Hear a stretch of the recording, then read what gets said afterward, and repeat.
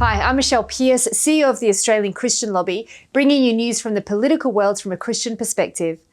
This week, the world reeled with horror and grief after Hamas terrorists infiltrated Israel from Gaza and wreaked havoc, indiscriminately killing innocent civilians in border towns near Gaza and ruthlessly killing people from all around the world at a dance festival at a time while Israel was preparing to celebrate the Feast of Tabernacles. The brutal surprise attack was highly planned and coordinated. The images that have flooded our screens of the barbaric killing, torture, rape and abduction of more than 1,000 innocent civilians, including women, children, babies and the elderly, is truly horrific and can only be described as sheer acts of evil. On Wednesday, I sent an email to our supporters asking Christians around our country to come together to earnestly pray for Israel and the swift, just end to this crisis, along with 9 other prayer points covering all involved. I ask for your continued heartfelt intercession as the conflict enters a critical phase. What compounds this tragedy is the alarming rise of anti-Semitism in some pockets of the Australian community. Despite legislation aimed at preventing religious vilification and incitement to violence, we've witnessed the appalling display of anti-Semitic sentiments in our own country. The response to this current crisis, marked by hateful slogans and rhetoric against the Jewish community, raises important questions about enforcing the law, protecting minority communities, and upholding religious freedom. As Australians, it's vital that we stand against violence and hate speech in all its forms. Our thoughts and prayers are with the innocent people affected in the conflict in Israel, both Israelis and Palestinians. Let's also pray for peace and understanding in our own communities and call on our governments and law enforcement agencies to hold such repugnant behaviours to account.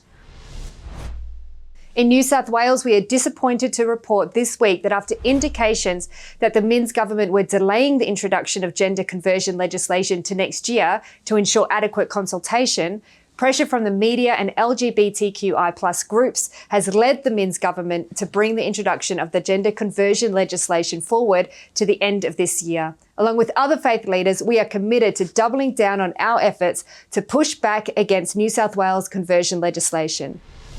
And now for some positive developments. Last week, the March for the Babies was a powerful display of unwavering commitment as thousands of people streamed through the streets of Melbourne, including many new young faces, to advocate for the sanctity of life.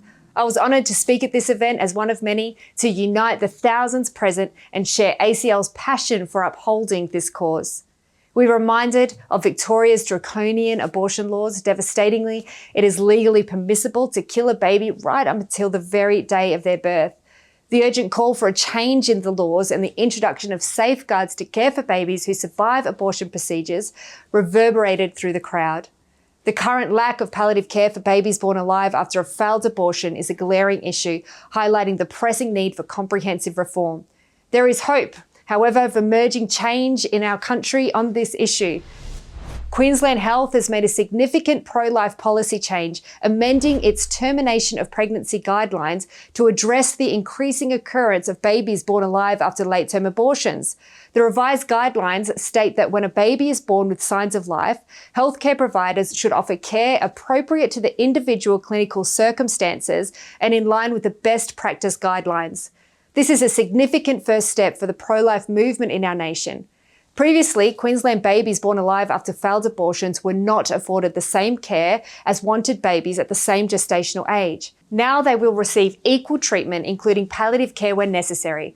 I join with our Queensland State Director Rob Norman in extending our thanks to Cherish Life Queensland, dedicated supporters, pro-life MPs, conscientious objectors, medical professionals who raised their voices, and all advocates who have tirelessly worked for justice for these vulnerable lives. This policy change offers hope for broader abortion law reform across Australia, particularly regarding the Born Alive Bill, which has been tabled in federal parliament and awaits Senate consideration. Queensland Health's acknowledgement of these babies and their right to care will undoubtedly play a crucial role in the Senate discussion and decision.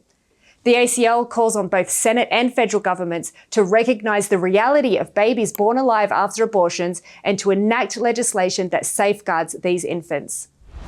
That's all we have for this week. I want to thank you again for your prayers, financial support, and tireless advocacy as we together shine a light on these vital issues to bring God's heart and truth to the public square.